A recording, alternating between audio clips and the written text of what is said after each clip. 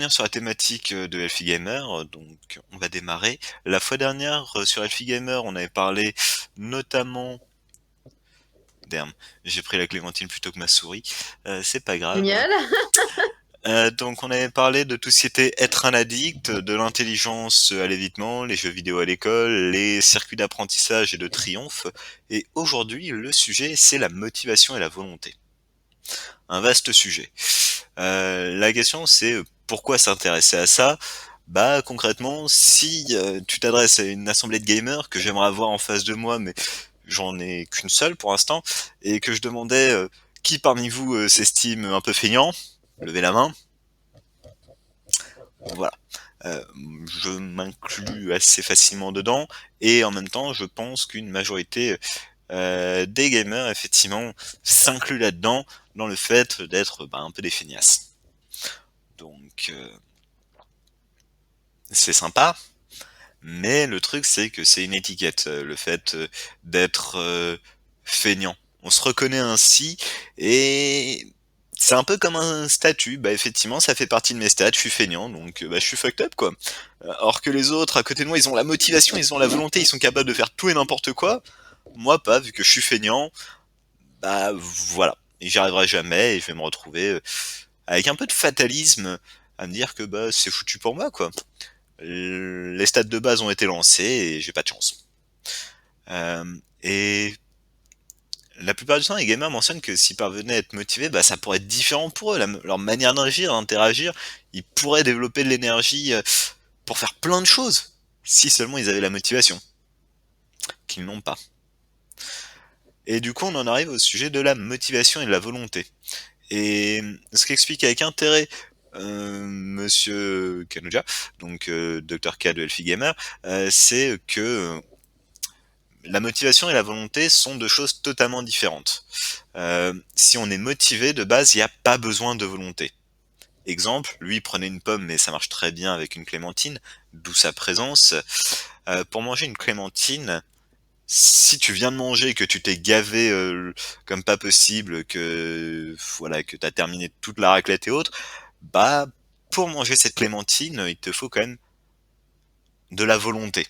Parce que t'en ressens pas l'envie, t'en ressens pas le besoin, t'en ressens pas la motivation. Du coup, pour réussir à la manger lorsque tu viens de terminer ta raclette ou ta fondue, bah faut la motivation.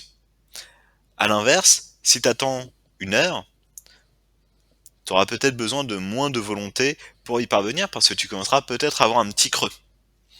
Si t'attends 2 heures supplémentaires, sans rien manger bien entendu, là ça sera encore plus facile, t'auras encore besoin de moins de volonté parce que ta motivation sera de plus en plus présente. C'est l'heure du 4 heures, c'est l'heure de goûter. Et si t'attends une journée, sans rien manger, là tu auras vraiment les crocs, et même si de base t'aimes pas les clémentines, bah pour la manger ça sera super simple parce que bah t'as les crocs. Vraiment les crocs. Et au bout de 48 heures sans rien manger, là t'auras absolument besoin d'aucune volonté pour la manger. T'auras toute la motivation qu'il faut. Par contre, il te faudra beaucoup de volonté pour ne pas la manger. Parce que concrètement, tu auras plus que la motivation, effectivement. Tiens, ADS qui nous dit qu'il passera peut-être, donc éventuellement si tu veux lui filer le truc de le Discord de CNV, ça pourrait être Mais il l'a intéressant. déjà, non? Je sais pas. Normalement oui, mais voilà. Donc on verra. Théotef a dit qu'il passera peut-être plus tard. Ok, ça roule. Du coup, bah c'est la question de la volonté et de la motivation. Donc on voit que la volonté c'est quelque chose qui est interne, qui va faire que ça va nous pousser à agir par rapport à des choses qui ne nous motivent pas en fait. Donc, s'il n'y a pas la motivation, la volonté peut compenser.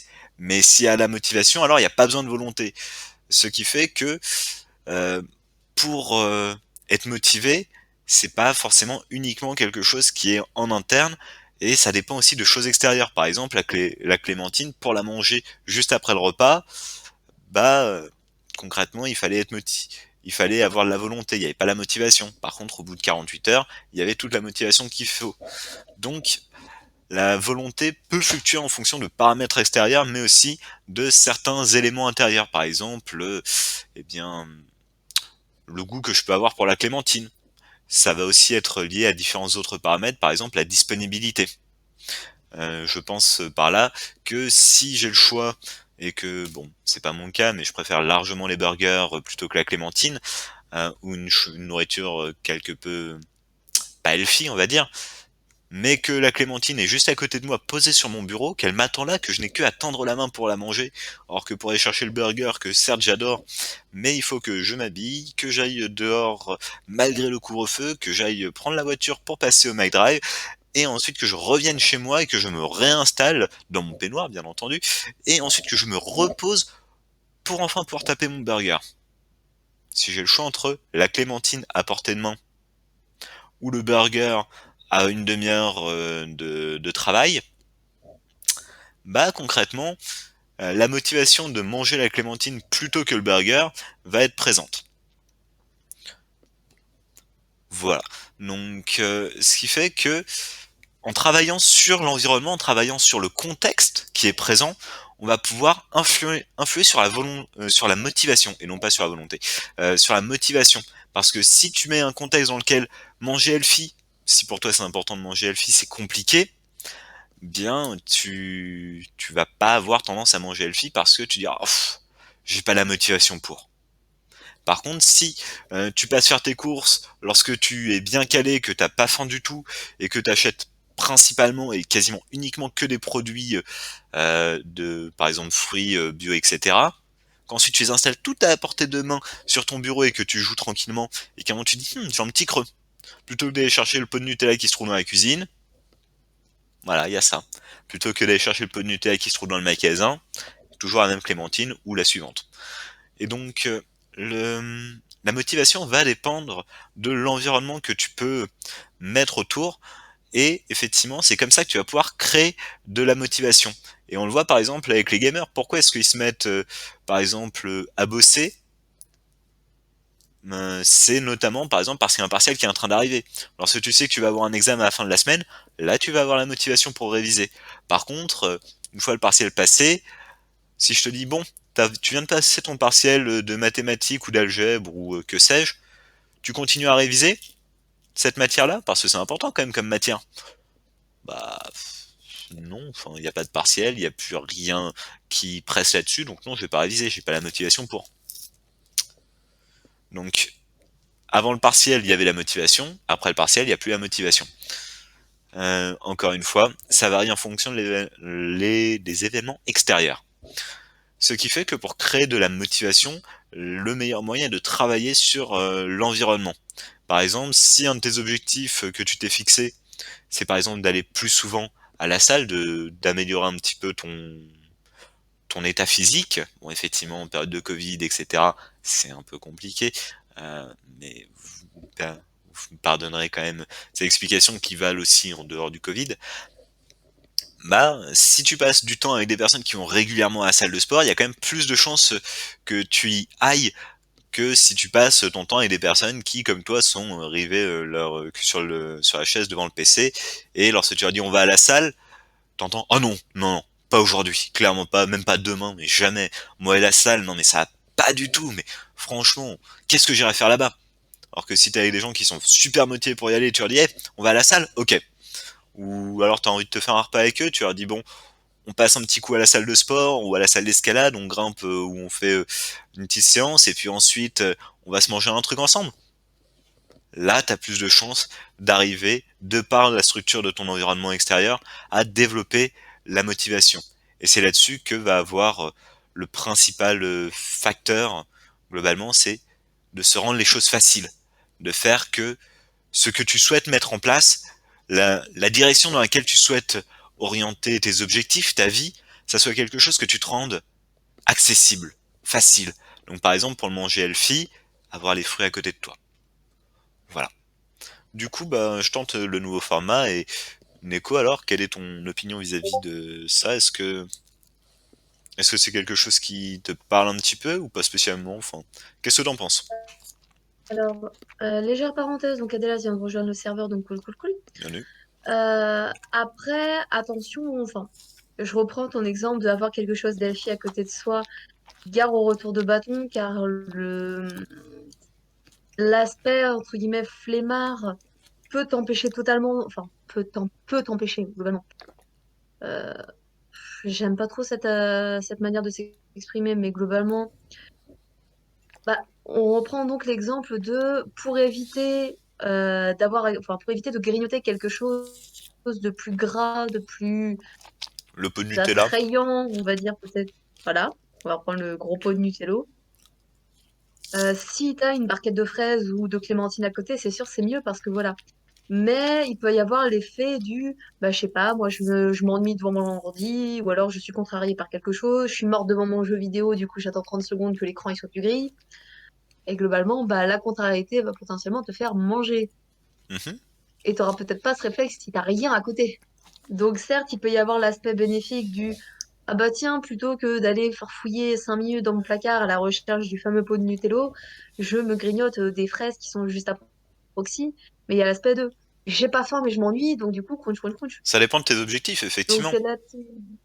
Mhm. Si je peux revenir là-dessus, effectivement, ça dépend juste de Vas-y, ce que vas-y. tu recherches, parce que si ton objectif c'est de manger le moins possible, même pas de manger healthy, mais juste de manger le moins possible, effectivement, c'est peut-être retirer toute nourriture de la chambre ou de l'endroit où tu passes, où tu es devant le PC. Si à l'inverse, ton objectif c'est de manger healthy et que t'as pas spécialement de problème de trop manger, bah là, tu peux effectivement plutôt travailler là-dessus. Sinon, ce que tu peux faire, c'est effectivement bah, tes courses. Tu es fait lorsque tu viens de bien manger, que t'es calé et que t'as toute ta motivation à manger healthy. Du coup, t'achètes que des produits bio, des fruits, des légumes, et tu n'as pas de Nutella du coup chez toi, et tu laisses les fruits dans la cuisine. Comme ça, ce qui fait que lorsque tu viens de mourir devant ton jeu, que t'es frustré et que t'as envie de manger, pour, euh, pour ça, donc, t'auras deux possibilités. Soit t'as vraiment faim, t'as envie de manger, et du coup tu te lèves, tu vas jusque dans la cuisine, tu vas chercher ton fruit et tu reviens, ou soit bah t'as pas cette motivation non plus parce que t'as pas vraiment faim, c'est juste que t'étais un peu frustré, et dans ce cas-là, bah tu vas rester devant ton PC à maugréer, et puis c'est tout. Euh, en sachant que le pot de Nutella, lui, est resté au magasin.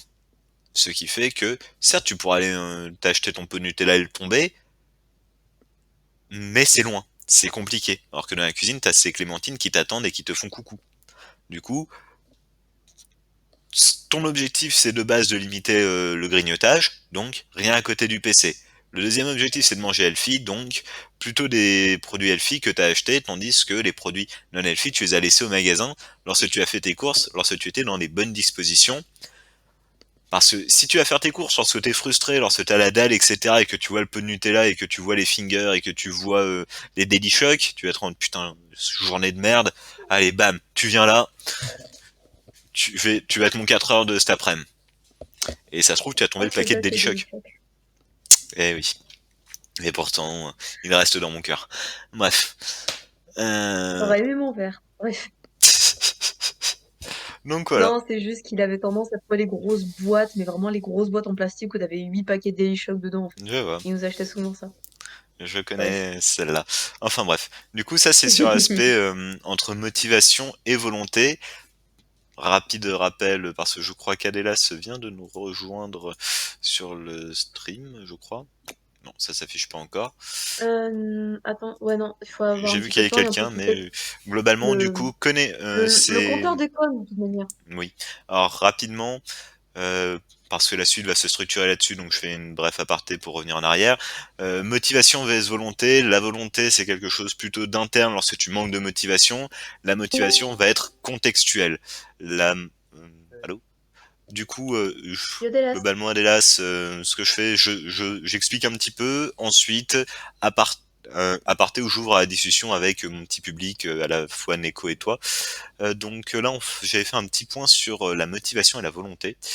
Globalement, motivation, la volonté, c'est quelque chose qui est plus interne, notamment lorsque tu manques de motivation, tandis que la motivation va être un peu fluctuante et dépendre du contexte. Par exemple, manger une clémentine, si tu ressors de ton repas, de la raclette, etc., tu n'auras peut-être pas la motivation de la manger. Si tu attends 24 heures sans rien manger, même si t'aimes pas les clémentines, tu vas avoir la motivation de manger cette clémentine parce que tu as la dalle.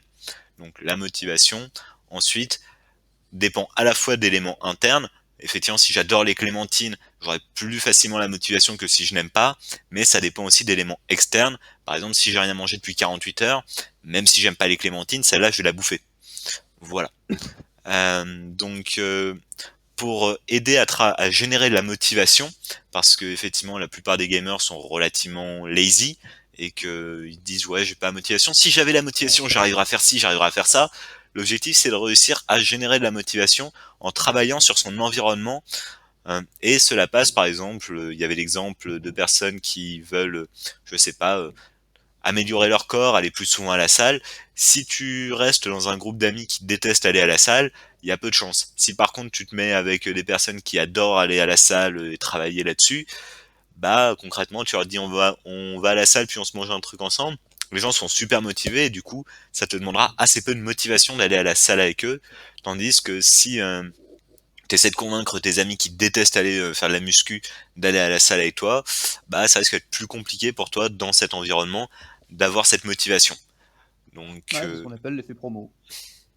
voilà. Mais concrètement, ça te permet de créer de la motivation là où de base il n'y en a pas. C'est construire ton environnement en fonction de tes souhaits, par exemple manger healthy, avoir les clémentines à portée de main.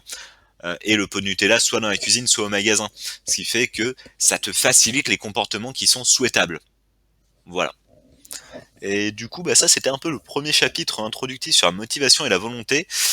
Et le deuxième chapitre que je vais entamer, donc je vais parler un petit peu et ensuite on enchaînera sur l'ouverture à la discussion, c'est le besoin d'un intérêt challenger. Globalement, lorsqu'on veut essayer de récupérer un peu le contrôle, par exemple sur le gaming, lorsque tu y passes toutes tes journées, que tu n'arrives pas du tout à contrôler cette addiction, donc Elfie Gamer, lui, il travaille à la fois sur l'addiction au gaming, mais vu que c'est un psychiatre, j'hésite toujours entre, oui, ça doit être psychiatre, vu qu'il y a la possibilité de prescrire, euh, il travaille sur d'autres addictions, ça a été la marijuana, ça a été les drogues dures, ça a été pas mal de choses, l'alcool aussi, et il a pu voir que, bah, pour combattre une addiction, c'est pas suffisant de lui dire les effets négatifs qu'il y a à cette addiction. Lui dire que par exemple, si c'est quelqu'un qui fume, lui dire bah, tu vas développer plus facilement un cancer des poumons, il y a plus de chances que tu aies une attaque cardiaque, il y a plus de chances que ci, il y a plus de chances que ça. Il le sait. Il le sait et pourtant il continue. C'est pas à toi qui vas dire c'est dangereux. Ah merci, j'ai jamais pensé. Merci, maintenant je vais changer mon comportement. Ça, ça marche assez peu. Parce que concrètement, l'addiction telle qu'elle est présente, donc ça peut être pour certains l'addiction au gaming, mais comme je l'évoquais, d'autres types d'addiction aussi, elle a une utilité pour la personne. Elle a un sens. Ça lui permet de combattre notamment des sensations négatives telles que le stress, telles que la peur, telles que la colère, telles que le surmenage. Ça va te permettre de les apaiser. Et si on te dit, bah écoute, tu fumais de la marijuana, arrête ça. Arrête ça tout de suite et point barre. Si à l'inverse, il n'y a rien pour venir compenser ça, rien qui parvienne à te motiver à l'arrêter, il y a peu de chances que ça fonctionne. Alors que si tu réalises le coût qu'a cette addiction d'une manière différente, ce que ça va avoir comme impact sur d'autres choses qui par contre ont de l'importance à tes yeux, là, ça peut te faire changer d'avis. Donc par exemple, lorsque Elfie Gamer était confronté par exemple à un mec qui fumait pas mal, donc addiction de la cigarette, sa manière d'approcher les choses, ça a été par exemple de lui demander si il souhaitait voir sa fille se marier, s'il souhaitait voir ses petits-enfants, s'il souhaitait voir ses petits-enfants entrer au collège. Et ça, effectivement, c'est quelque chose qui était extrêmement important pour la personne que cette relation familiale. Et plutôt que de dire ne fume pas sinon tu vas mourir, il va t'arriver un cancer ou quoi que ce soit, le cancer peut-être qu'il arrivera, peut-être qu'il arrivera pas. Or que là, se dire si je continue à fumer maintenant, ça a probablement un impact sur des choses qui me tiennent à cœur. Voir ma fille se marier, voir ci, voir ça. Et on réalise le coût de l'addiction. Euh, on a un effet qui fait ouais que on a conscience de ce que ça nous coûte de poursuivre notre agissement à l'instant T. Et Là-dessus, non, ça sert à rien que je reprenne le même exemple que lui. Mais pour la question du gaming, c'est trouver des raisons qui vont faire que jouer a un coût. Parce que globalement, passer ta journée à jouer, ça n'a pas réellement de coût direct. Si aujourd'hui tu passes ta journée à jouer, ça t'empêche pas de sortir demain. Ça ruine pas ta vie de jouer toute cette journée. Par contre, si tu passes toute ta vie à jouer, effectivement, ça aura des conséquences, ça va largement limiter tes capacités, tes potentialités par rapport aux rêves que tu pouvais avoir. Mais en soi, le fait de jouer aujourd'hui, par contre, ne les restreint pas suffisamment en fait. Tu ne vois pas le coût que ça a de se dire bah, ok, je passe ma journée d'aujourd'hui à jouer. Et on pourrait se dire que bah effectivement il y a quelque chose de les gamers qui se disent ouais j'aimerais bien je sais pas acquérir mon indépendance ou trouver un bon job ou ci ou ça, mais des choses qui vont être effectivement acquérir mon indépendance, c'est quelque chose d'assez flou et qui va pas être forcément source de motivation, ça va pas être quelque chose qui va t'inciter à changer ton comportement parce que c'est la même chose que si je te disais comment tu te vois dans 10 ans. Bah, dans 10 ans, je me vois indépendant, je me vois dans un job avec une belle stabilité, une belle carrière, une femme, etc. Ouais, ça c'est une aspiration, c'est quelque chose qui relève du rêve, mais qui va pas réussir à te motiver au quotidien à avancer. Alors que à Ok. l'inverse, Salut. yo, alors que à l'inverse, si tu réalises le coût que ça a pour toi de jouer, bah ça peut réussir à te motiver à ne pas jouer. Par exemple, si je te dis que si demain tu joues à, on va dire, aller à Warcraft ou Age of Empire, vu que deux parmi mes interlocuteurs sont fans de Age of Empire, si je te dis ok, demain tu joues à Age of Empire, je viens chez toi, je crame ta baraque. Je me sens offensé. Est-ce que Je tu me vas, sens visé. est-ce que demain, du coup, en sachant que je suis parfaitement sérieux si je te dis ça, est-ce que demain tu joueras à Age of Empire? Probablement Non, pas. parce que tu as un comportement criminel en opposition et Voilà. que donc du coup. Du coup, il y a parce que c'est pas Mais un assurément, comportement quoi criminel. que tu joueras à Age of Empires. Hein, quoi? Oui, Quoi? je te stocke comme tu veux, j'analyse tous tes éléments de journée, bref, on s'en fout du comment, du pourquoi, mais l'élément est là, et ça fait que bah il y a un énorme risque. Le fait de jouer à Age of Empire, c'est un coup direct pour toi parce que tu y joues, conséquence assez funeste. Ce qui fait que jouer a un coût. Pareil, si je te dis que si demain tu ne joues pas à Age of Empire et tu n'allumes même pas le PC demain, et en échange je te donne 1000 euros, il y a peu de chances que tu allumes le PC demain parce que c'est l'occasion de te faire 1000 euros facile avec effectivement un bénéfice direct au fait de ne pas jouer demain sur le PC. Tu auras la motivation. Alors que de base, bah, la motivation peut manquer d'un côté ou de l'autre. Or que là, tu vas la trouver la motivation parce que tu as un intérêt direct à ne pas jouer. Voilà, donc ça c'est à quoi sert un intérêt challenger. Euh, Quelle est son utilité? Bah du coup c'est de permettre de récupérer un contrôle sur l'addiction parce que plutôt que de dire ce que tu ne veux pas, effectivement ce que je ne veux pas c'est jouer, très bien. Euh, Plutôt que de voir ça, ça va plutôt être de dire ce que je veux. Ce que je veux par exemple c'est réussir dans un an à faire un dessin de qualité professionnelle et à pouvoir le vendre. Je veux que dans un an un de mes dessins il soit vendu. C'est un objectif qui est relativement proche, qui fait que effectivement j'ai plusieurs étapes à faire, je dois monter en qualité dans mes dessins, etc. Et bah du coup ça me fixe un objectif qui va peut-être me pousser à ne pas jouer autant parce que je sais où je vais, je sais pourquoi je veux. Pourquoi est-ce que je veux ne pas jouer? Parce que si je joue, ça limite les chances que j'atteigne cet objectif. Cet objectif qui est important pour moi que de vendre mon premier dessin dans moins d'un an. Donc voilà l'intérêt d'un besoin, le besoin d'un intérêt challenger. J'ouvre la discussion du coup avec Adéas qui dans le chat a parlé un petit peu du phénomène d'addiction avec l'aspect compensation pour oublier les aspects négatifs d'une existence sur laquelle nous n'avons peu ou pas de contrôle. Oui, tout à fait, les territoires où il y a des difficultés économiques, après, c'est un peu plus présent. On pourrait argumenter que le bonheur n'est pas lié à l'aspect économique. Ça, je tiens à revenir dessus parce que les très riches ne sont pas plus heureux que les très pauvres. Là-dessus, il n'y a pas de corrélation. Il y a même parfois plus de joie chez des populations, on va dire des pays en développement, que chez les pays extrêmement développés. Donc, à nuancer. Oui, allez, C'est surtout, je pense, par rapport au comparatif. Si autour de toi, tu as des personnes qui sont dans le même niveau de richesse que toi, ça sera plus simple. Alors que si à côté, bah, tu as toutes ces richesses, tout ce faste, et que toi, on te force à vivre dans le bidonville, là, ça risque d'être un peu plus compliqué. Et encore.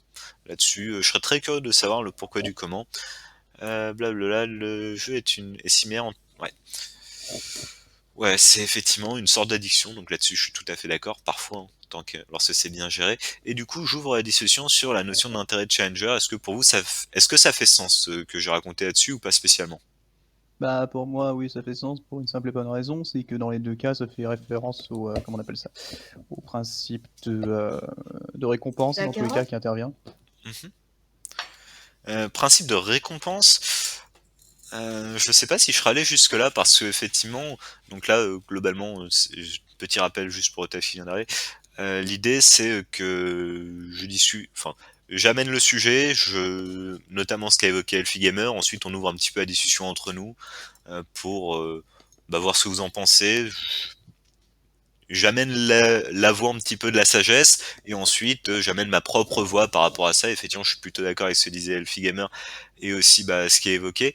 Mais principe de récompense, pas que en fait, c'est aussi le coût que ça va avoir. C'est réaliser que si je joue aujourd'hui, ça va me coûter quelque chose à côté parce que de base, c'est une sensation qu'on n'a pas nécessairement. Le fait de jouer aujourd'hui, c'est pas la fin du monde. Demain, je pourrais continuer à faire ce que je veux. Demain, ça se trouve, je pourrais écrire mon bouquin si mon objectif est d'écrire un bouquin. Alors que si je me dis que bah dans la vie, j'aimerais à un moment écrire un bouquin, ouais, effectivement, ça n'a pas réellement d'impact. Ce que je joue aujourd'hui, je pourrais toujours écrire mon bouquin demain. Si par contre je me dis qu'avant la fin de la semaine, je veux avoir écrit le premier chapitre de mon bouquin, le fait d'avoir par exemple d'avoir partagé le premier chapitre de mon bouquin avec mes proches, ça fait que si je joue toute la journée d'aujourd'hui, bah il y a moyen qu'à la fin de la semaine, j'ai pas eu le temps d'avoir un chapitre d'une qualité suffisante et que du coup mes objectifs ne soient pas atteints. Et si écrire un bouquin est quelque chose d'important pour moi, que je me suis fixé cet objectif-là, bah le fait de jouer aujourd'hui a un coup direct sur l'atteinte de mes objectifs. Non, mais le pire, c'est que très souvent, les joueurs, enfin, là je parle de moi, bien Mhm. sûr, hein, en disant que très souvent, les joueurs, puisque je n'ai pas réellement l'occasion de parler de ce sujet-là, mais c'est ce que je vois parmi les personnes que je côtoie qui sont du type comme moi, c'est qu'on a tout à fait conscience du fait que ça a un coût sur notre productivité, sur notre capacité à réaliser nos objectifs à plus ou moins long terme. Mais on s'en fout parce que le long terme pour nous ça n'a aucune incidence, c'est pas gérable, c'est pas envisageable parce que le présent est tellement je suis en direct donc je ne vais pas utiliser un mot grossier mais tu comprendras l'idée que c'est on peut pas se permettre de voir la question qu'on adore à chaque entretien d'embauche qu'on te pose. Vous vous voyez où dans 3 ans? Je ne me vois pas plus que dans 2 semaines, madame.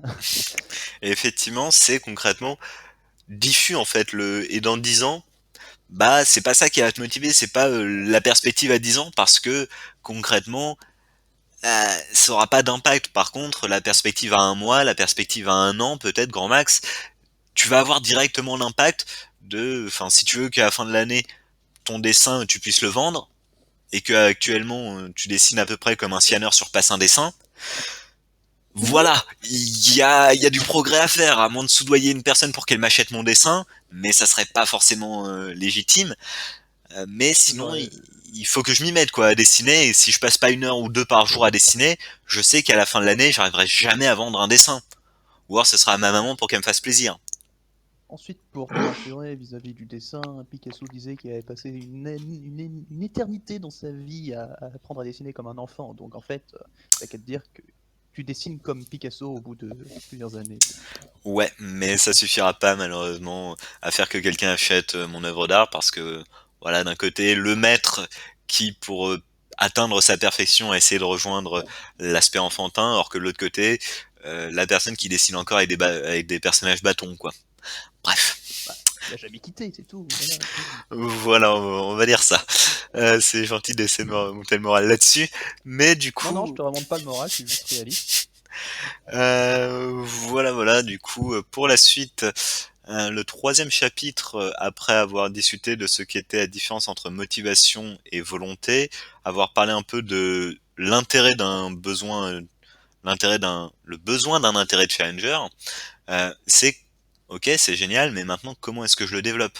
Comment est-ce que je me trouve quelque chose qui me parvienne à me motiver à quitter le gaming? Parce que si je suis dans le gaming, enfin, quand je dis je suis dans le gaming, quand que je suis dans le gaming 8 heures par jour parce que j'ai rien de mieux à faire, comment est-ce que je me trouve un sens à ma vie? Comment est-ce que je me trouve un objectif qui puisse me dire, ok, je vais diminuer le gaming parce que ça nuit à cet objectif que je me suis fixé?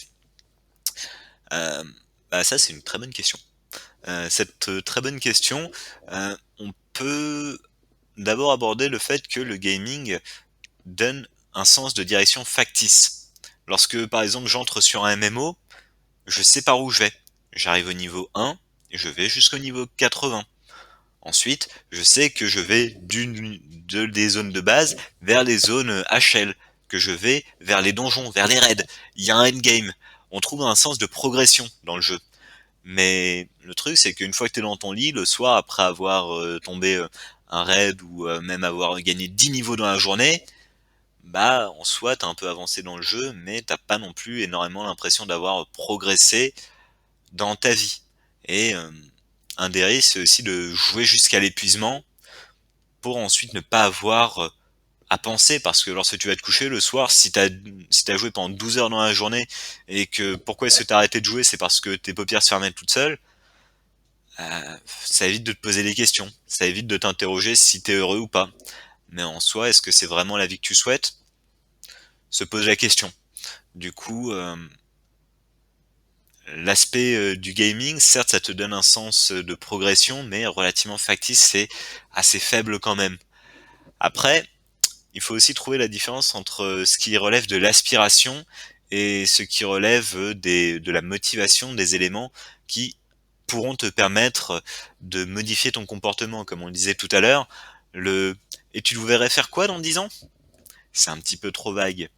C'est pas ça qui va te motiver à changer ton comportement. Par contre, les intérêts de Challenger vont être liés à des valeurs, ils ont un sens. Et donc, ce que recommandait Elfie Gamer là-dessus, bonjour Another Viewer, c'est notamment de se poser la question de savoir ce qui te donne un sens. Qu'est-ce qui fait que tu vas te sentir Qu'est-ce qui fait que tu te sens génial? Quels sont les éléments que tu valorises? Qu'est-ce qui a l'importance pour toi? Souvent, pour les gamers, ça va être tout ce qui relève du tryhard, tout ce qui relève de la performance. Et c'est pour ça que pour eux, la performance c'est important. Du coup, ils se retrouvent à tryhard sur les jeux vidéo parce que c'est relié à un de leurs intérêts qui est celui d'être le meilleur possible. Mais ils n'ont pas forcément que cet intérêt. Ils n'ont pas forcément que cette valeur-là en eux. Il y en a d'autres. Comme la plupart des personnes, il y a quand même une multitude de valeurs qui sont présentes. Et ce qui va être intéressant, c'est de mettre la lumière sur ces autres valeurs afin de leur permettre de voir ce qui est important pour eux et effectivement de leur permettre du coup d'avancer. On pourrait dire non mais moi j'ai pas d'autre motivation que la perf. Ce que disait F-Gamer, bon après je suis moyennement d'accord, c'est que dans une tuerie, lorsque ça commence à tirer dans tous les sens, tu vas voir qu'il y a une autre motivation que tu as, c'est celle de ta sécurité, tu accordes énormément d'importance à ta vie, et que du coup, assez naturellement, tu vas essayer de te planquer, tu vas essayer de t'enfuir, tu vas essayer de faire quelque chose. Et là, tu vois que il n'y a pas que la motivation de la performance qui est présente chez toi, tu as la motivation de vivre. Mais concrètement, je ne recommande pas d'essayer de se trouver dans une tuerie pour essayer de trouver un sens à sa vie. C'est pas pour moi le moyen idéal, mais par contre il y a d'autres manières de trouver un sens à sa vie, et par exemple ça serait d'écrire, de prendre 15-20 minutes pour toi et d'écrire 500 mots, allez on va dire entre 30 et 50 lignes peut-être, sur un moment où tu te sentais génial, où tu te sentais épanoui. Ça peut être dans le cadre professionnel, ça peut être dans le cadre personnel, ça peut être lorsque tu étais en CM2 et que tu t'occupais de nourrir le cochon d'Inde, ça peut être lorsque pour la première fois tu as planté un arbre, ça peut être lorsque tu as été faire du caritatif, ça peut être lorsque pour la première fois tu as atteint le niveau de challenger sur un jeu, ça peut être tout et n'importe quoi, mais recherche ces moments où tu t'es senti épanoui, lorsque tu t'es senti heureux.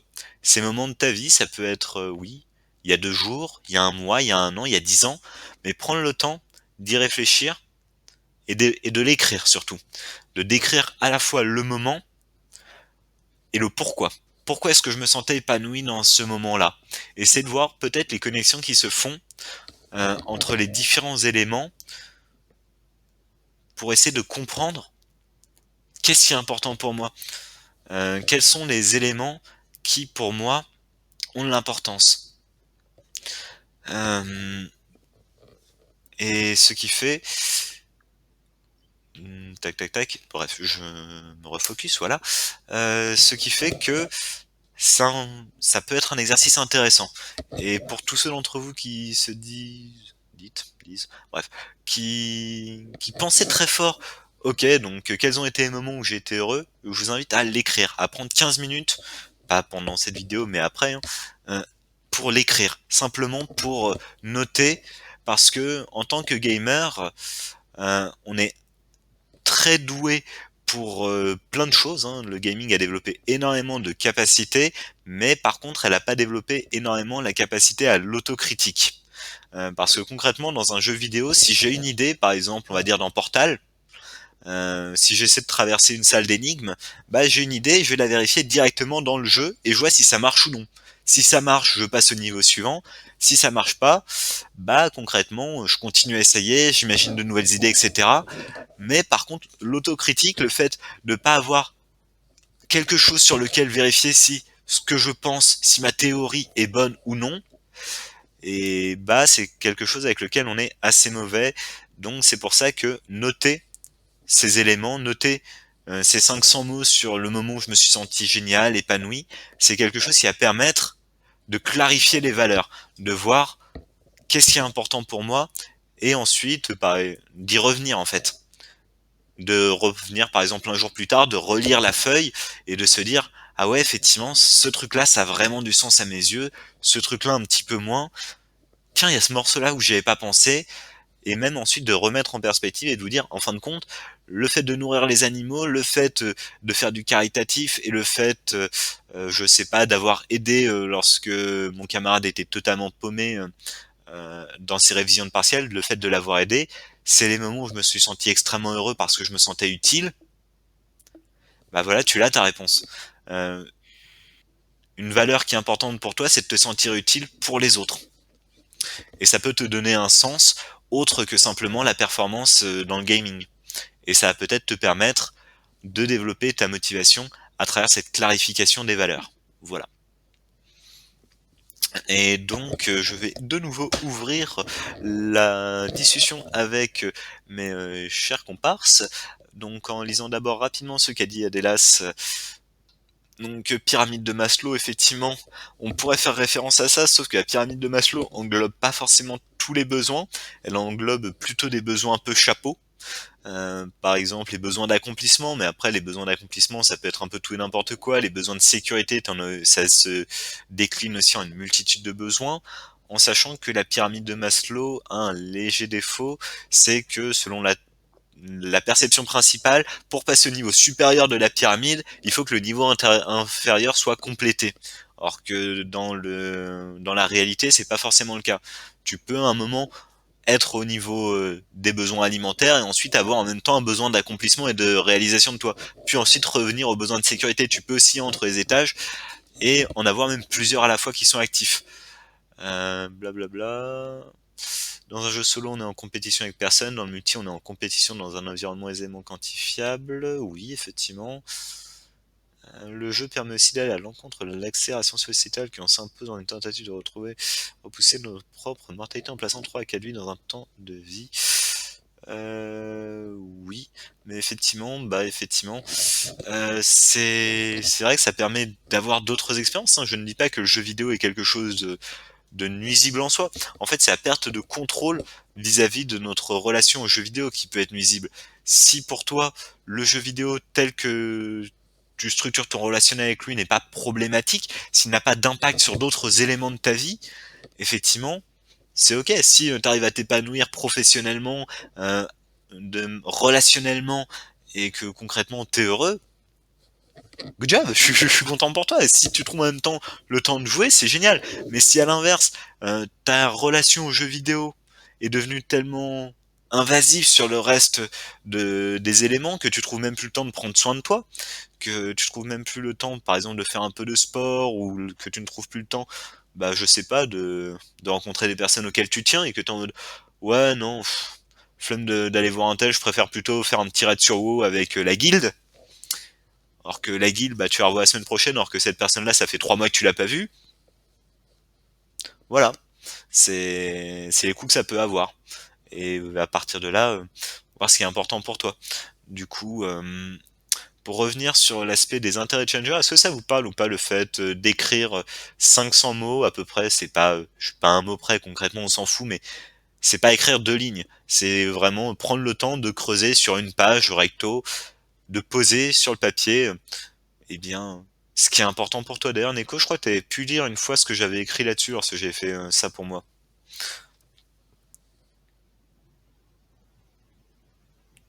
Allô, Neko? Hmm. Je te sors de torpeur? Désolée, j'ai eu un œil qui a brain. Pardon, D'accord. excuse-moi. Bah, je mentionnais l'écriture des 500 mots, là, globalement, sur ce qui te motive, sur ça t'a permis de te sentir génial, épanoui à un moment. Et je disais que tu avais même eu l'occasion de lire ce que moi j'avais écrit à un moment. Je sais plus si tu t'en souviens lorsque t'étais passé. Ah oui, c'était dans une des lettres que tu gardais dans ta grande enveloppe. Non, non, c'était à côté, mais effectivement, c'était pas une des lettres de ma grande enveloppe. C'était autre chose. Je sais pas si je l'ai rajouté d'ailleurs à mon enveloppe, faudra que je vérifie. Mais Ah, je effectivement, confonds peut-être. Moi, je pensais au courrier que tu avais fait, non. tu sais, à ton stage de CNV et qui t'avait été envoyé. Effectivement, ça faisait aussi partie des éléments très intéressants, c'est s'écrire un courrier à soi-même. Ça permet de se poser des choses et globalement de s'offrir un peu de bienveillance. C'est un courrier que je m'étais écrit globalement après un stage de CNV de 2 jours, travailler sur l'estime de soi. Et à la fin de ce stage de 2 jours, on nous avait invité à se rédiger un propre courrier, à se l'envoyer. Euh, Bien évidemment, un courrier quand même relativement bienveillant et positif, qui m'a fait plaisir à lire lorsque 3 semaines plus tard, t'es revenu dans ton train-train quotidien et que tu reçois ce courrier où il y a quelqu'un que tu apprécies, à savoir toi, qui te dit que, bah, en fin de compte, tu vaux le coup, quoi. Voilà. Ce qui fait que, je rappelle, je me répète peut-être, mais d'ailleurs, ça m'intéresserait d'avoir votre avis là-dessus. Je répète du coup, prenez le temps d'écrire la page recto. Et c'est le pourquoi, c'est parce que effectivement les gamers sont assez mauvais dans l'autocritique. Et là-dessus, je suis assez intéressé par votre avis dessus. Est-ce que c'est une affirmation avec laquelle vous êtes plutôt d'accord ou pas trop d'accord? Parce que effectivement, les gamers n'ont pas cette autocritique, parce que lorsque un gamer a une théorie, il la teste dans le jeu, ça marche, il a la réponse que ça marche pas, il a la réponse que ça marche pas, ce qui fait que on n'a pas énormément on s'est pas énormément entraîné à refléter par soi-même et à se regarder soi-même. Voilà. Donc ça m'intéresserait d'avoir votre opinion là-dessus. À vivre tant de personnages, est-ce qu'on n'en oublie pas notre propre personnage? Très philosophique. Merci. Bonne question, mais qui est pas forcément liée avec ce que je souhaitais aborder. Donc la question, mais ça c'est plutôt en JDR, c'est effectivement la question d'enchaîner les personnages et peut-être de se perdre un petit peu là-dedans. Euh, D'ailleurs, ça serait intéressant cette comparaison entre le JDR et la vie réelle. Ça c'est une énorme aparté et je vais rapidement l'entrouvrir, mais on n'aura pas du tout le temps de travailler ça aujourd'hui. Mais dans un JDR, on a conscience qu'on joue un personnage. C'est affirmé, effectivement. Dans la vie réelle, tu sais que tu n'es pas un barbare orc de niveau 4. Par contre, dans le JDR, tu es parfois ce barbare orc de niveau 4, bientôt proche du niveau 5. Euh, et tu vas adopter des comportements qui vont être liés à ceux du barbare de niveau 4. Mais par contre, dans la vie réelle, on a moins conscience, mais on joue aussi des personnages. Par exemple, moi, lorsque je vais en entreprise, et que bah du coup, je joue le rôle de l'employé modèle. Je sais qu'il y a certains éléments que je vais aborder, d'autres que je vais pas aborder. Par exemple, lorsque je travaillais en tant que consultant, bah effectivement, il y avait une prestance à avoir. Du coup, histoire de coller avec le rôle de consultant, et ben je mettais le costume, je mettais le stuff de consultant.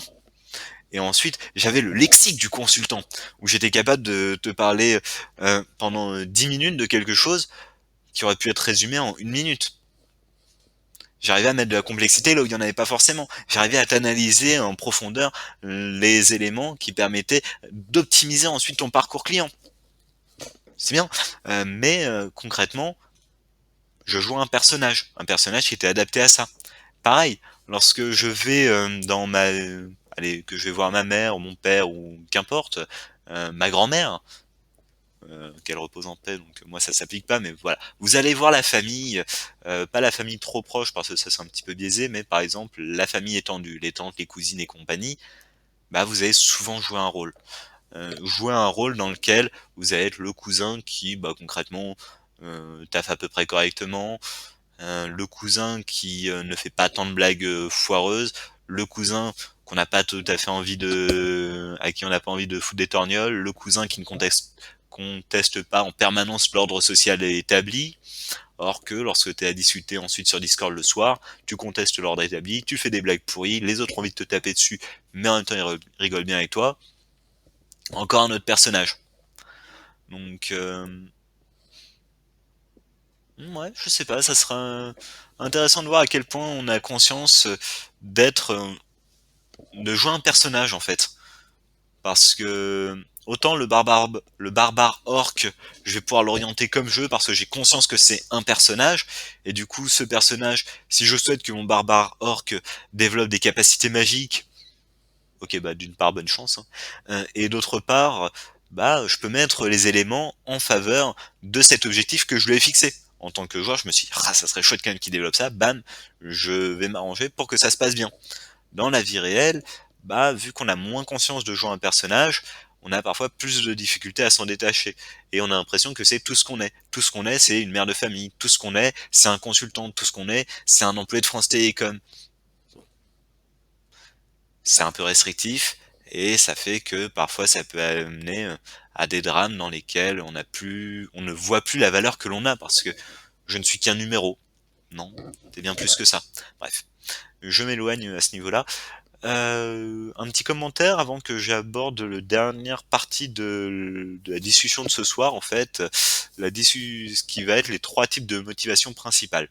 Donc, est-ce que vous voulez rajouter un petit quelque chose à propos de la capacité à développer un intérêt challenger, donc à travers notamment la clarification des valeurs que l'on peut avoir?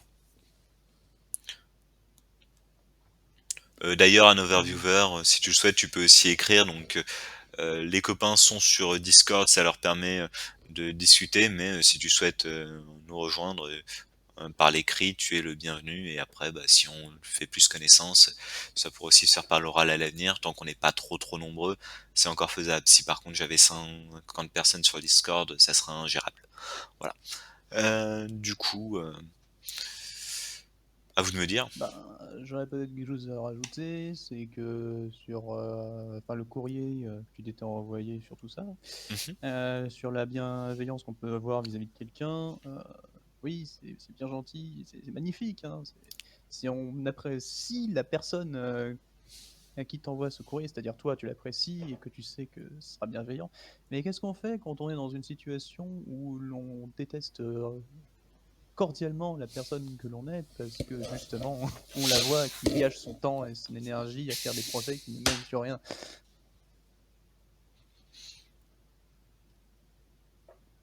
et que du coup elle est en train de se dire mais qu'est-ce que je fais de ma vie? Alors, C'est... Et que ça résonne faux quand elle écrit justement que ah bah en fait c'est pas si grave, t'as essayé, t'as donné toute ton énergie, les autres l'ont vu, mais en fait ils s'en foutent parce que quand tu leur poses la question, ils te renvoient. Alors, je vais nuancer un petit peu donc par rapport à ça. Le courrier que je vous invite à écrire, elle n'est pas un courrier de bienveillance vis-à-vis de vous-même actuellement. Euh, Concrètement, ce que je vous invite à écrire, c'est un courrier enfin, c'est pas un courrier, c'est juste une page recto dans laquelle vous vous concentrez sur des moments de votre vie où vous avez été heureux, ou des moments où vous êtes épanoui, même juste un bref instant, pour essayer de comprendre ces moments et à partir de là, voir à quoi est-ce qu'ils sont connectés, quels sont les moments où vous êtes vraiment senti vivant en fait, les moments où vous vous êtes dit c'est ça que j'aime, c'est ça qui a du sens pour moi, et c'est identifier ces moments, en lister 4, 5, 10 peut-être, les analyser, les comprendre, pour ensuite pouvoir en faire quelque chose. Ça, c'est ce que je vous invite à faire ce soir. Enfin, ce soir, lorsque vous avez le temps concrètement, mais c'est ce que j'évoquais ce soir. Ce qu'évoquait Neko par rapport au courrier que je me suis envoyé, c'était dans un contexte particulier. Je ressortais d'un stage de 2 jours sur l'estime de soi en communication non violente. Du coup, pendant 2 jours, on avait travaillé sur comment s'apprécier. Est-ce que je m'apprécie? Si je m'apprécie, ok, pourquoi? Si je m'apprécie pas, ok, pourquoi? Et on avait vraiment travaillé là-dessus. Euh, et c'était pas obligatoirement être bienveillant en mode t'es génial, tu gères, t'es quelqu'un de fabuleux. Non, c'était absolument pas ça. C'était plutôt quelque chose qui relevait de la compassion, d'avoir de l'empathie, d'avoir effectivement cette douceur vis-à-vis de soi et d'accepter là où j'en suis aujourd'hui et peut-être de me redonner un cap par rapport à ce qui est important pour moi, par rapport à mes valeurs, par rapport à ce qui compte pour moi. Et d'ailleurs, ça fera l'occasion d'une de mes prochaines vidéos. Ça sera peut-être pas dans, je pense que ça devrait être dans à peu près un mois. Je ferai un topic sur la communication non violente et notamment l'estime de soi. Là, pour l'instant, je suis en train de terminer. Dans la prochaine séance, je pense que j'ai à peu près bouclé la partie de la communication non violente, les bases entre guillemets, et ensuite j'aborderai les thématiques. Donc dans les thématiques que j'avais déjà envisagé d'aborder, il y avait la peur et il y avait l'estime de soi. Donc ça va venir. Hop, je revérifie juste rapidement un petit truc, la séance 4, 5. Tac tac tac. Ouais, effectivement, ça va être je pense dans un petit mois, ça sera à peu près ça. On va travailler à ce moment-là sur l'estime de soi. En attendant, je peux en dire quelques mots, mais effectivement, c'est un autre sujet, celui de l'estime de soi.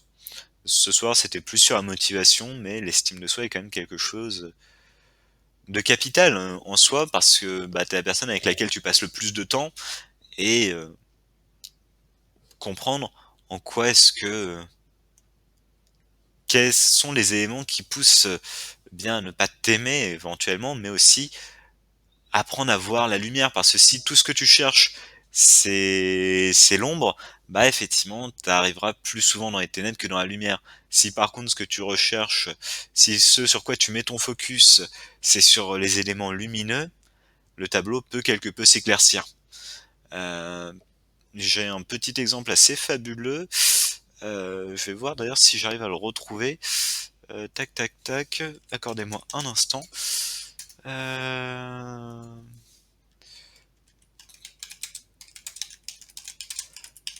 Voilà, hop.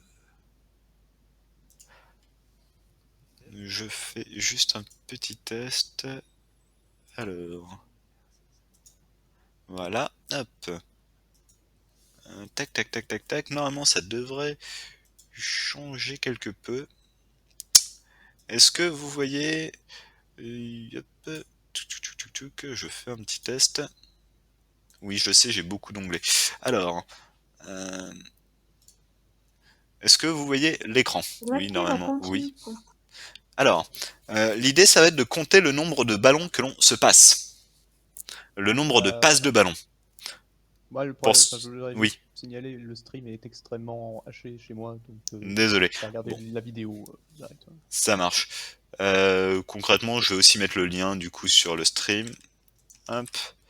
Pour ceux qui préfèrent le regarder directement. Mais du coup, là, on va regarder ensemble eh bien, combien il y a de passes de ballon. Neko, je compte sur toi pour bien compter. Pareil pour toi, Hôtel, jetez à l'œil. Je suis pas sûr. Si c'est ce que je pense, je connais déjà. Chut. Oui, c'est devenu un classique, mais l'idée est 2, 3, 4. Oui, je connais. Et le Chut. pire, c'est que ça Chut, chut, fonctionne, chut, quoi. chut, chut, chut. Compte. Arrête de te perdre.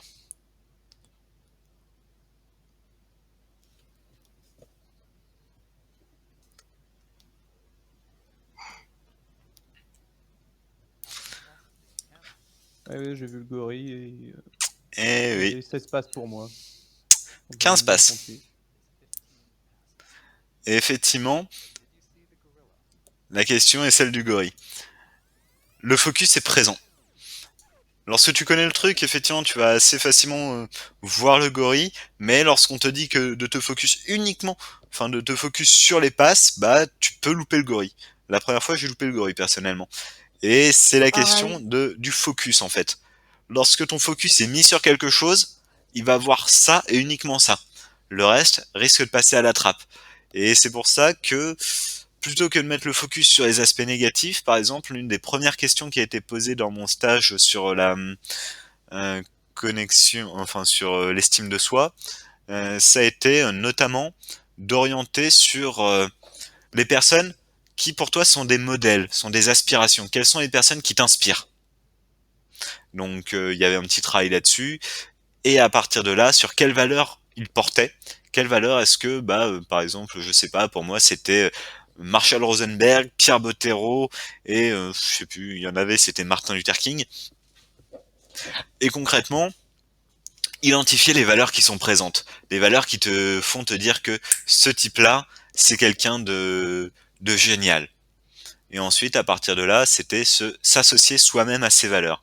On le fera, mais ça sera l'occasion d'une vidéo dédiée à ça. Donc, dans un mois, il y aura cette vidéo sur l'estime de soi qui sera partagée. En attendant, je reviens tout seul. Hop, et je vais poursuivre sur la dernière thématique de ce soir, qui est les 3 types de volonté. Donc là, on va retourner sur quelque chose que Otelf va être content d'entendre. Hop, hop, hop, hop, hop. Voilà, voilà, voilà. J'y suis. Alors, euh, après avoir parlé de la motivation, d'avoir parlé effectivement de différents éléments tels que différence entre motivation et volonté, comment générer un intérêt challenger, je vais souligner le fait que la motivation n'est pas la même pour tout le monde. Elle est différente en fonction des personnes et ça a fonctionné de manière différente. Donc 2 exemples qu'a utilisé Elfie Gamer que je trouvais très pertinent, c'est qu'en moyenne, l'OMS recommande par exemple d'avoir 2000 calories par jour et par personne. C'est génial, mais c'est que un chiffre moyen. Certaines personnes vont, pour avoir une bonne alimentation, devoir consommer plus pour pouvoir avoir une bonne santé. D'autres vont avoir intérêt à consommer moins. C'est juste une Clairement. recommandation générale. De même, 2000 calories, mais on dit pas quel type de calories. Ça sera pas les mêmes résultats si tu manges 2000 calories de Nutella et si tu manges 2000 calories de fruits et légumes. Pareil, pour certaines personnes, le lait ça passera nickel, le gluten aussi, alors que pour d'autres ça sera une atrocité. Encore une fois, tout le monde n'est pas fait de la même manière et le fait de faire des recommandations en mode la motivation ça se développe comme ça et uniquement comme ça à tes souhaits, Tout à alors fait. c'est comme ça que vous pouvez générer de la motivation.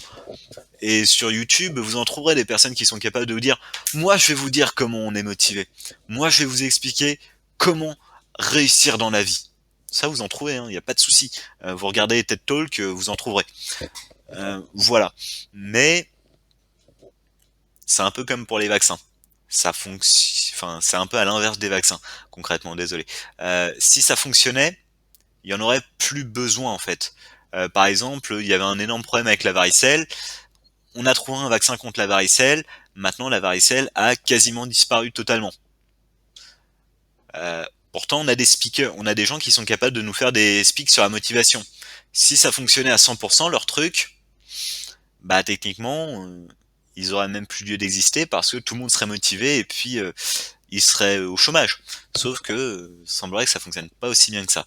Alors le pourquoi en fait, c'est parce que les speakers, si ça fonctionnait pas du tout, bah on s'en apercevrait rapidement et ça cesserait parce que ça serait des charlatans. Mais le truc avec eux, c'est que ça fonctionne sur une partie de la population. Et là-dessus, on revient sur l'aspect selon lequel toutes les personnes sont différentes, mais elles peuvent être entre guillemets catégorisées dans certaines typologies. Et Healthy Gamer se base sur une approche indienne qui est celle des doshas.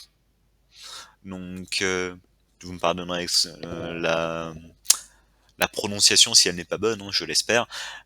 Mais concrètement, il existe 3 grands doshas qui vont être des manières d'appréhender le monde qui sont un petit peu différentes. Dans la méthode, c'est du coup une approche ayurvédique qui classifie les gens de manière cognitive. Donc on a les Vata, qui sont plutôt reliés à l'élément du vent. Ce sont des personnes qui sont un petit peu qui sont dynamiques, mais qui ont tendance à voleter à droite à gauche comme un papillon, comme le vent, qui à un moment souffle fort dans une direction, puis ensuite plus rien, puis souffle fort dans une autre direction, et en fin de compte revient dans la première direction, et ainsi de suite. Et ça s'enchaîne à toute allure. Voilà, ça c'est le genre de personne un peu vata. Donc je vais très vite dans l'explication. Vous pouvez checker sur internet, je ferai peut-être une vidéo plus détaillée sur les doshas, mais voilà, là c'est une brève aparté. Ensuite, il y a les pitta, donc eux qui sont plus reliés à l'élément du feu. Et ça, c'est globalement le type de motivation qui est le plus recommandé dans l'aspect occidental. C'est quelqu'un qui va aller dans une seule direction. Une direction dans laquelle il va aller de manière constante. Et c'est, par exemple, ouais, effectivement, c'est ce qu'on retrouve le plus quand même encouragé dans le monde dans lequel nous vivons. Et enfin, nous avons les kapha, qui sont reliés à l'élément de la terre, qui sont lents et stables. Et eux, globalement, bah, ils sont, ouais, pas dans l'immobilité, mais avec une certaine inertie, avec une belle routine, avec effectivement cette importance de prendre le temps. Et concrètement, il y en a pas un qui est meilleur que l'autre, mais par contre, il y a un de ces styles ou plusieurs, qui te correspondra plus qu'un autre. Et si enfin, pour faire l'analogie avec un MMO, si tu vois un mec pour qui le mage, ça lui correspond super bien, tu vas voir le mec qui va faire des trucs de fou avec son mage, il est même capable de te faire du 2v1, du 3v1, du 5v1, parce qu'il maîtrise son mage sur le bout des doigts et que c'est ce pourquoi il est fait. Et toi, si tu corresponds plus à l'archétype du tank, bah tu vas vouloir essayer de jouer le mage parce que tu t'es dit, ouais, ça a l'air trop badass ce qu'il a fait. Mais tu vas foncer trop rapidement dans le tas, tu vas être trop exposé, et tu vas te faire éclater en ayant à peine eu le temps de commencer à DPS.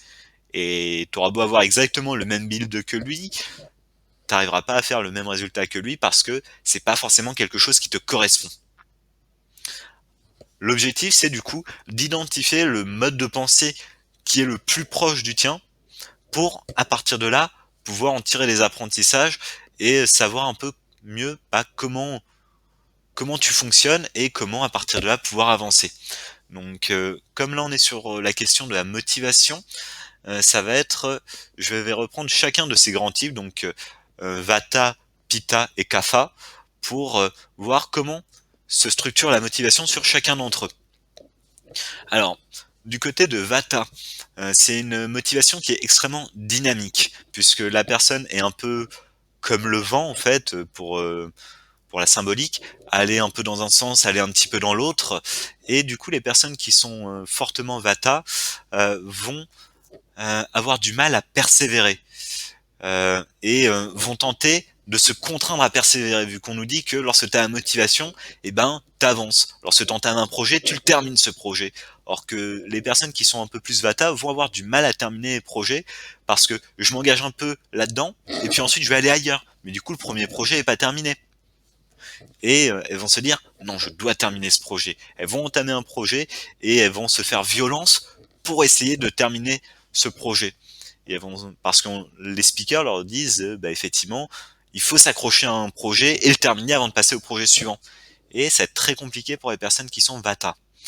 Alors que si tu comprends le fonctionnement de ton esprit, que tu te dis que effectivement bah tu relèves plutôt de cet élément-là qui est un peu dans le papillonnement, la pas l'astuce, mais une solution pourrait être d'organiser de la variété entre un nombre limité de sujets. Donc par exemple, d'abord d'identifier, on va dire, 5 sujets sur lesquels tu as envie de creuser, et de scier entre ces 5 sujets.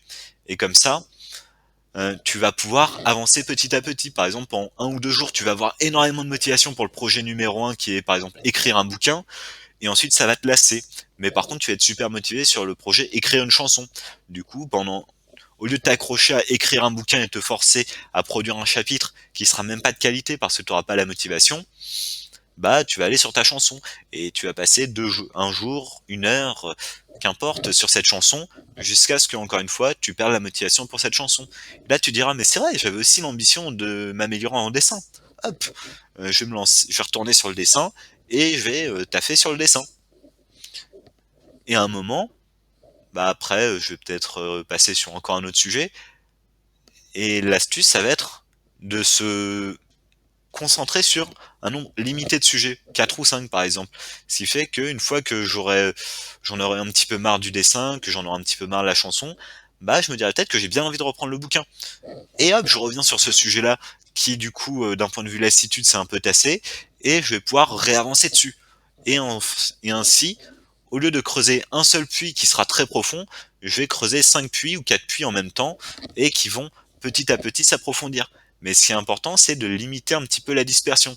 Plutôt que de commencer à creuser 1000 puits, ou 100 puits, ou 2000 puits, l'idée c'est de restreindre le nombre de projets, mais pas de le rendre unique. Parce qu'effectivement, en tant que Vata, t'aimes bien papillonner, et si on te dit non, tu restes sur celui-là, et ben bon, tu vas te sentir un petit peu pris, un petit peu emprisonné, et il te faudra faire violence pour réussir à avancer. Donc après, ça dépend de toi. Concrètement, ça peut être au sein d'une même journée. Pour certains, c'est important d'avoir de la variété. Pour d'autres, ça sera en cours de la semaine, c'est important d'avoir de la variété. Donc pour un Vata, faire des pauses régulières, organiser plein de petits sprints plutôt que des marathons. Voilà. Parce que t'es un sprinter, t'es pas un marathonien. Et les difficultés que peuvent rencontrer les Vata vont plutôt être liées à l'anxiété sur les problèmes que l'on pourrait rencontrer. C'est-à-dire parce qu'il a un esprit qui va très vite, qui va à 200 km/h et qui va extrêmement facilement voir tous les problèmes que tu peux rencontrer. Et c'est ça qui peut te démotiver ensuite en disant non, il y a trop de problèmes là-dessus. Et en fin de compte, pour les Vata, une méditation qui est conseillée, c'est celle de reconnaître que l'esprit voit plus de problèmes qu'il y en a, et d'avoir confiance en soi, de prendre le temps avec soi-même, de reconnaître qui je suis, de reconnaître la manière dont je fonctionne, et de reconnaître que effectivement, mon esprit a déjà papillonné et imaginé 90 scénarios dans lesquels ça peut super mal se passer, mais pour l'instant ce ne sont que des scénarios, et je peux avancer à partir de là en ayant confiance en moi, que parmi ces 90 scénarios, notamment la pluie de météorites, il y a peu de chances que ça se produise, et que à partir de là, je peux me faire confiance. Donc, de plus, en tant que Vata, vu que tu papillonnes très vite, à un moment, l'anxiété va finir par disparaître parce que tu vas t'ennuyer. Tu vas t'ennuyer d'être anxieux et tu vas repasser sur un autre sujet. Notamment, peut-être revenir au bouquin, revenir à ci, revenir à ça. Voilà. Donc, pour résumer, pour un Vata, c'est quelqu'un qui papillonne énormément. L'objectif, c'est pas de le forcer à rester sur une seule fleur, mais c'est de limiter le nombre de fleurs sur lesquelles tu as papillonné. Comme ça te permettra d'avancer sur chacun des projets qui te tient à cœur. Voilà. Donc ça, c'est l'approche plutôt pour les Vata d'un point de vue de la motivation, c'est comment préserver au mieux cet aspect-là. Ensuite, on a les Pitta. Donc eux, ce sont ceux qui relèvent plutôt de l'élément du feu, on le retrouve assez facilement dans notre société actuelle. Donc c'est le modèle dominant en fait de motivation. Il a été designé par les PITA.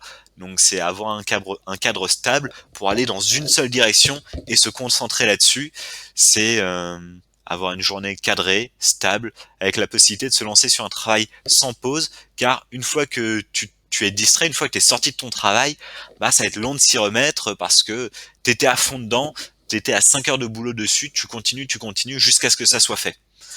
Donc ce qui est dangereux pour les PITA, c'est le risque de burn-out, notamment parce que ils dépensent tout leur mana dans un seul truc. Ils vont avancer, jusqu'à ce qu'ils n'en puissent plus dans cette direction-là. Et au risque de se brûler les ailes. Et comme le dit un certain proverbe, mais je ne sais plus de quelle région du monde il vient, c'est la chandelle la plus lumineuse qui est celle qui brûle le plus vite. La chandelle la plus lumineuse est celle qui brûle le plus vite. Ce qui fait que, bah, effectivement, peut-être qu'ils vont aller vite au début, mais ils risquent de s'y cramer s'ils prennent pas soin de régène leur stamina, de régène leur mana. Ils risquent de se retrouver out of mana, et là, ça va être le désastre. Donc c'est apprendre à se restreindre, apprendre à prendre soin de soi en fait, et se méfier des sentiments d'ambition, d'irritabilité qui peuvent te pousser à travailler trop dur et à terminer dans le burn-out. Parce que si tu te dis que tu veux atteindre ça parce que c'est important pour ton ambition, que c'est important par rapport à tes objectifs que tu t'es fixés, bah si tu négliges de checker ton mana là-dedans, tu vas te retrouver à un moment. Et autant dans les jeux vidéo, c'est pas grave lorsque tu te retrouves autant dans la vie réelle, ça peut être beaucoup plus douloureux. Pour avoir déjà connu des personnes qui ont tapé des burn-out, c'est pas beau à voir. Voilà. Du coup, autres éléments vis-à-vis du PITA, donc c'est notamment l'intolérance à la stupidité des autres. Est-ce que dans un travail de groupe, par exemple, tu te retrouves très rapidement à t'énerver contre les personnes qui, bah, effectivement, ne raisonnent pas comme toi? Si oui, il y a de fortes probabilités que tu relèves plutôt du PITA, parce que lors des travaux de groupe, bah, malheureusement, tu as quand même de fortes chances de te retrouver avec d'autres styles de motivation, et en tant que PITA, tu vas pas forcément comprendre pourquoi est-ce qu'ils agissent comme ça, pourquoi est-ce que cette personne elle est en train d'aller regarder à droite à gauche, pourquoi est-ce qu'elle est en train de regarder les différents projets, même les projets des voisins, alors que ton projet à toi il est pas en train d'avancer, et que clairement ce qu'il est en train de faire c'est pas optimal, et l'autre personne à côté qui glandouille et qui est en train de reprendre, de relire le manuel de base, tandis que toi t'aimerais avancer sur ton projet, ça risque de t'agacer et de ressentir énormément d'animosité.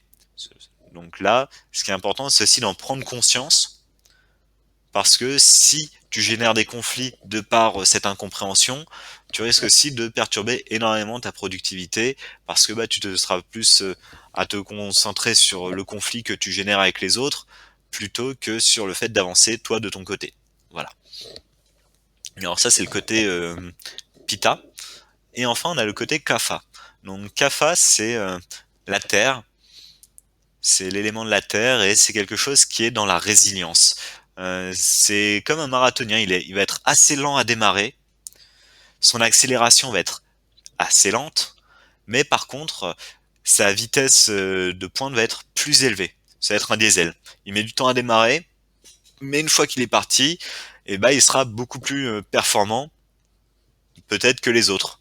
Mais par contre, ça va être des personnes qui vont avoir tendance à ressentir de la frustration parce que leur accélération n'est pas rapide. Leur vitesse de pointe, par contre, est la plus importante. Mais par contre, bah, ils vont voir les autres qui, à toute allure, passent au départ. Par exemple, les Vata qui vont extrêmement rapidement monter en compétence sur le sujet, alors que eux, bah, ils en sont encore à assimiler les bases. Les Pita qui sont déjà dans le type de productivité, d'avancée et autres, tandis qu'eux, ils sont à confirmer et à solidifier les bases. Et effectivement, c'est dans cette comparaison aux autres que peut naître énormément de frustration et de difficultés ensuite dans la vie au quotidien. Donc pour les CAFA, euh, offrez-vous le temps de démarrer, trouvez votre heure de productivité en fonction de votre rythme, trouvez les moments où vous êtes efficace, et avant toute chose, apprenez la patience. Vous mettrez peut-être plus de temps à apprendre, mais ce que vous apprendrez, vous le retiendrez plus longtemps, par exemple, que que le Vata qui est à côté, qui va entendre un truc, qui va l'intégrer en 30 secondes, mais qui dans 2 jours l'aura oublié. Vous aurez peut-être mis 2 jours à l'apprendre, mais vous le retiendrez 2 ans, 10 ans, peut-être le temps d'une vie. Et pour le comparer à un champion de LoL, bah vous n'êtes pas Panthéon, vous êtes Nasus. Vous n'êtes pas le champion early, vous êtes le champion late game. Vous êtes celui qui à la fin de la partie va tout carry. Mais il faut atteindre le late game pour vous. Alors qu'à côté, bah t'auras les champions extrêmement early qui vont peut-être réussir à avoir énormément d'impact au début, mais qui à la fin vont un petit peu s'essouffler. Donc pour vous, les principales difficultés pour les CAFA, ça va être souvent l'autocritique et la dépression. Parce que l'autocritique et la dépression, pourquoi? Parce que vous comparez aux autres. Lorsque vous voyez à côté les gens qui captent hyper rapidement que vous, par exemple, dans votre entreprise, vous commencez à saisir les bases alors que ça fait à peu près 2 mois que vous êtes là et que voilà, vous commencez vraiment à peu près consolider, à avoir un rythme de production qui vous convient, même si vous aimeriez encore monter en compétences et monter en puissance, et qu'il y a le mec qui est arrivé depuis 2 semaines, qui fait autant que vous, au bout de 2 semaines, voilà, vous risquez de l'avoir mauvaise. Vous risquez de vous autocritiquer et dire regarde, toi, au bout de 2 mois, t'arrives à faire ça, il arrive à faire la même chose au bout de 2 semaines. Mais lui, ça se trouve, dans 2 mois, il sera resté à ce même stade. Il sera resté à faire ce qu'il faisait au bout de 2 semaines. Il sera monté en compétence très vite, mais après, il aura stagné à ce niveau de compétence. Alors que vous allez finir par monter et peut-être être la référence sur le sujet. Parce que lui aura compris le sujet de manière superficielle, mais il l'aura saisi extrêmement rapidement. Vous, par contre, le sujet, vous aurez mis du temps à vous l'approprier, mais vous l'aurez approprié dans son intégralité et dans toute sa complexité. Et lorsque ensuite quelqu'un aura une question vis-à-vis de ce sujet, bah vous serez globalement la référence et l'expert à ce sujet-là en fait. Donc la meilleure solution vis-à-vis de ça, c'est de s'autoriser à être lent, être avoir la compassion à son égard et effectivement accepter que la montée en compétence est peut-être plus lente, mais que c'est comme ça que vous fonctionnez et que après, vous irez plus loin, vous irez plus vite. Mais que d'abord, l'accélération est pas la plus performante, mais par contre la vitesse de pointe sera peut-être la plus intéressante à la fin. Voilà. Donc concrètement, vis-à-vis des systèmes de motivation, il n'y en a pas un qui est meilleur que l'autre. C'est pas en mode le champion late game qui est meilleur que le champion early ou que le champion mid game. Il n'y en a pas un qui est meilleur que l'autre. C'est juste comprendre globalement à quel type de manière de penser vous vous référez le plus pour à partir de là en faire le maximum. Parce que si votre manière d'être c'est une manière qui est plutôt kapha et que vous comparez à des personnes qui sont plutôt vata, effectivement, et que vous dites je devrais être comme eux, c'est comme un chêne et un roseau quoi. T'as beau avoir le chêne et le roseau, le chêne n'arrivera jamais à ployer comme le roseau. Or que le roseau il dira tu vois moi je tiens face à la tempête. Ouais mais le chêne il arrivera jamais à se ployer comme le roseau. Mais par contre le chêne a d'autres vertus que le roseau n'a pas et inversement. C'est apprendre à savoir qui on est, à mieux se comprendre et à partir de là tirer le meilleur de ce que l'on est en fait. Plutôt que de se dire ah j'aimerais être autrement, t'es pas autrement en fait. T'es comme tu es et à partir de là, essaie de mieux te comprendre, parfois d'évoluer effectivement en fonction de tes capacités, mais ne pas essayer de te dire je devrais être autrement, je suis comme ça va pas. Tout simplement, se comprendre comment tu fonctionnes. Voilà. Donc là j'ai pas mal parlé.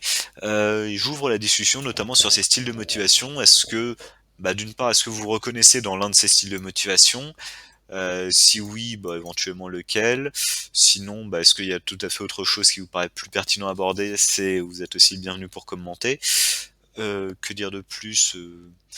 Votre impression sur ce descriptif des styles de motivation?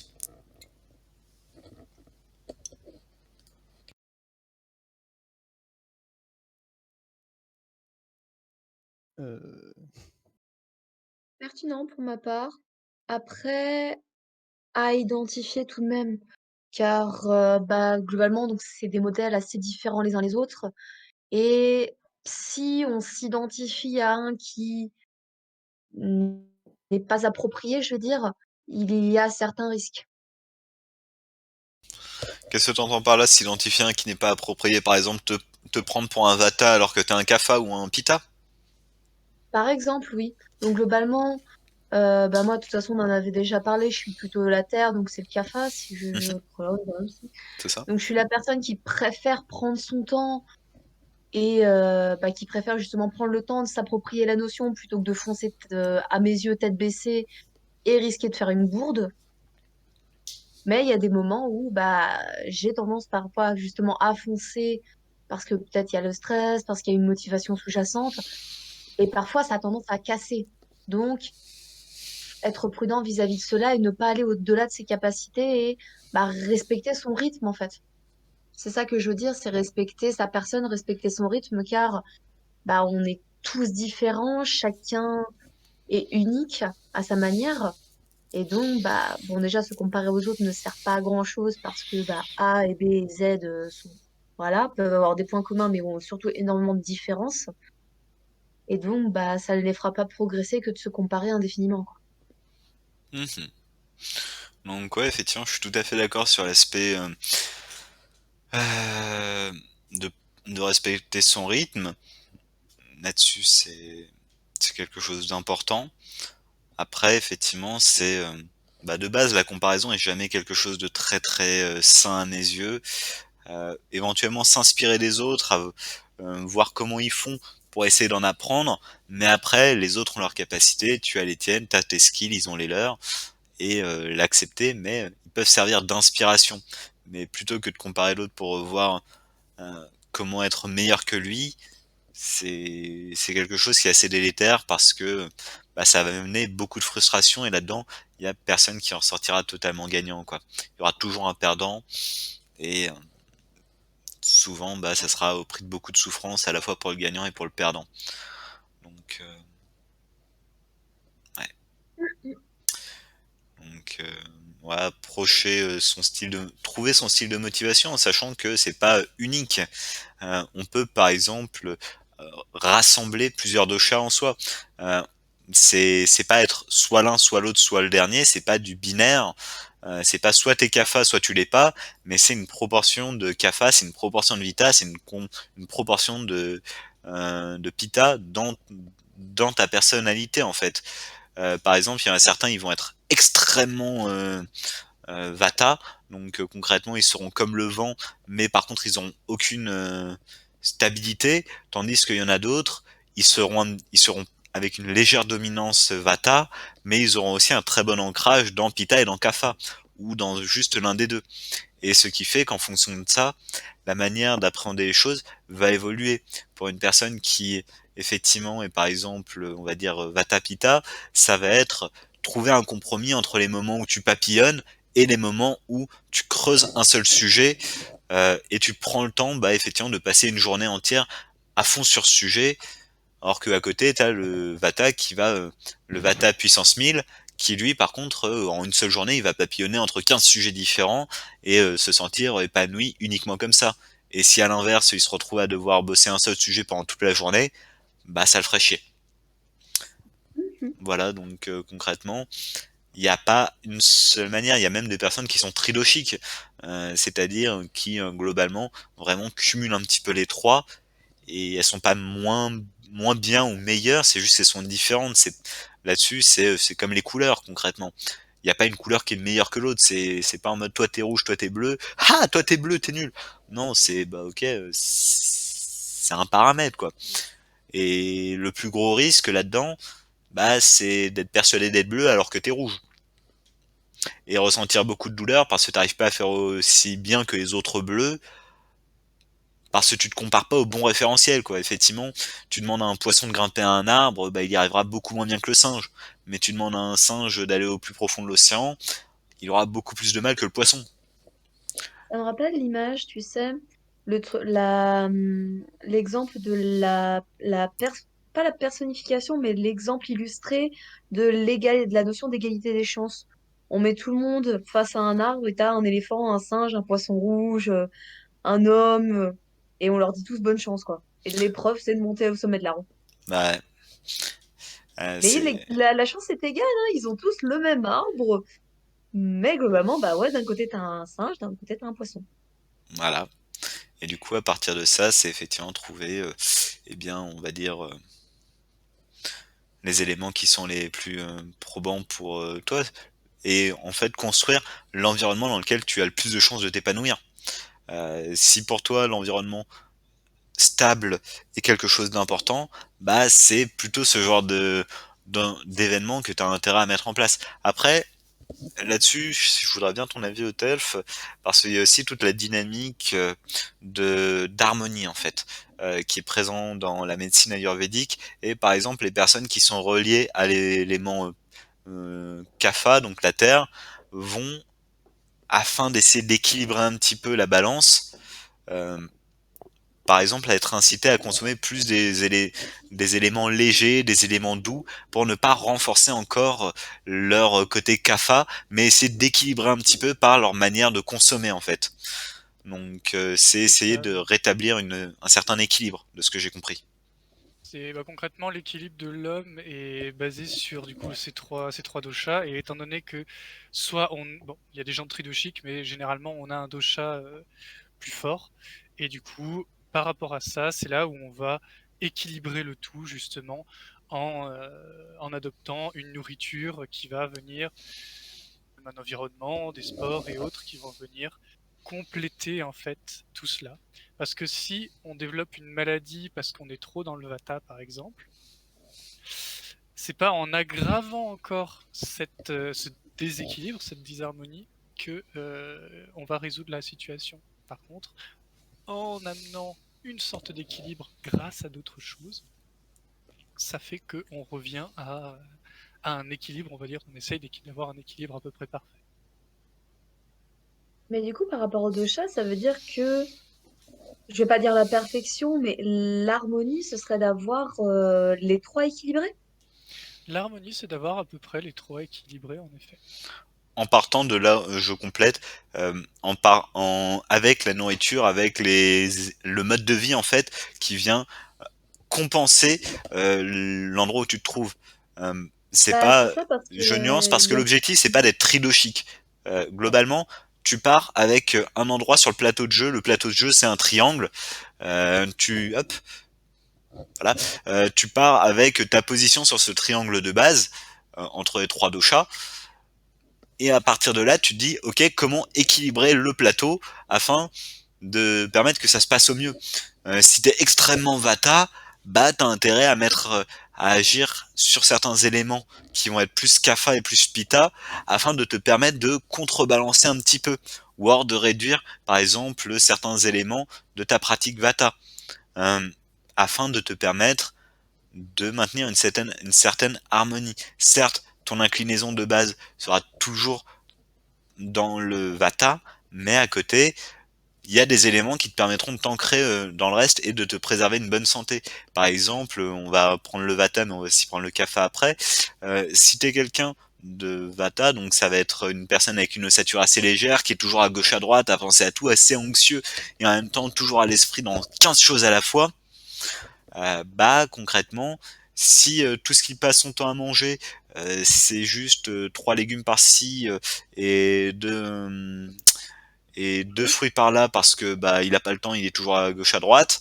À un moment, il va s'épuiser, il va pas avoir de quoi compenser, de quoi pouvoir l'ancrer un petit peu dans la terre, pouvoir faire qu'il va pas mourir d'épuisement.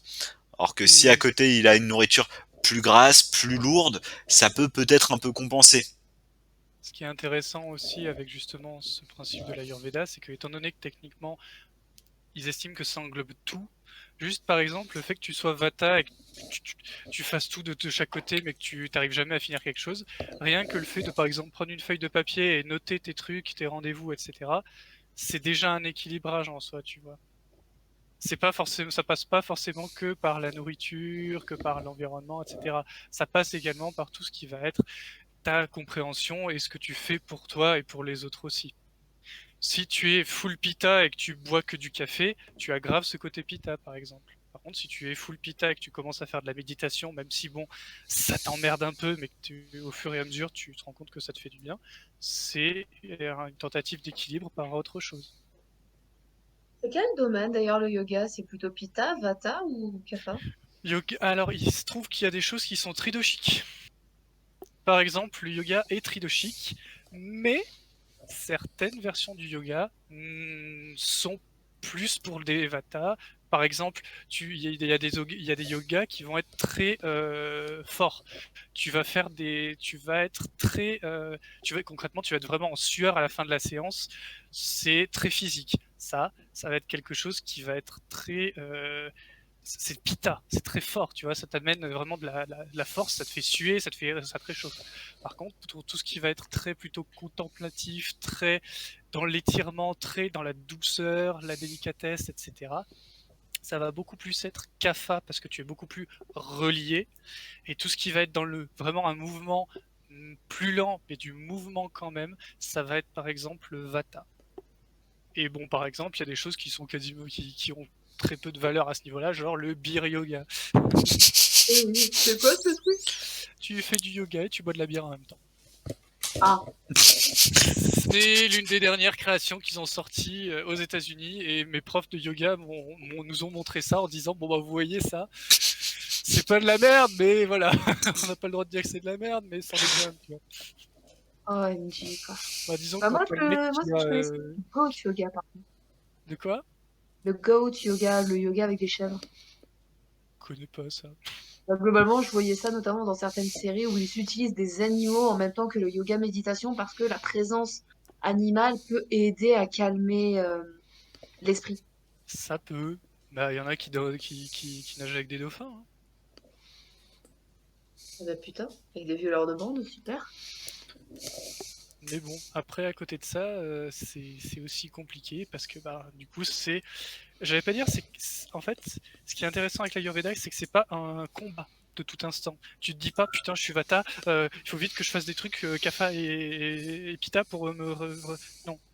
C'est souvent, ça va te venir doucement, tu te dis, tiens, et si je commençais à écrire des post-it pour arranger mes affaires?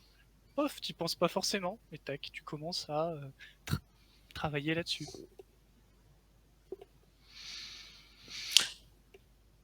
Enfin voilà. Du coup, bah, là ça a été un petit peu de la présentation. On a fait de gros apartés à la fois sur l'aspect personnage et sur l'aspect Ayurveda qui avaient tout à fait leur place. Mais du coup, je pense que ça sera à peu près le temps de conclure ce stream.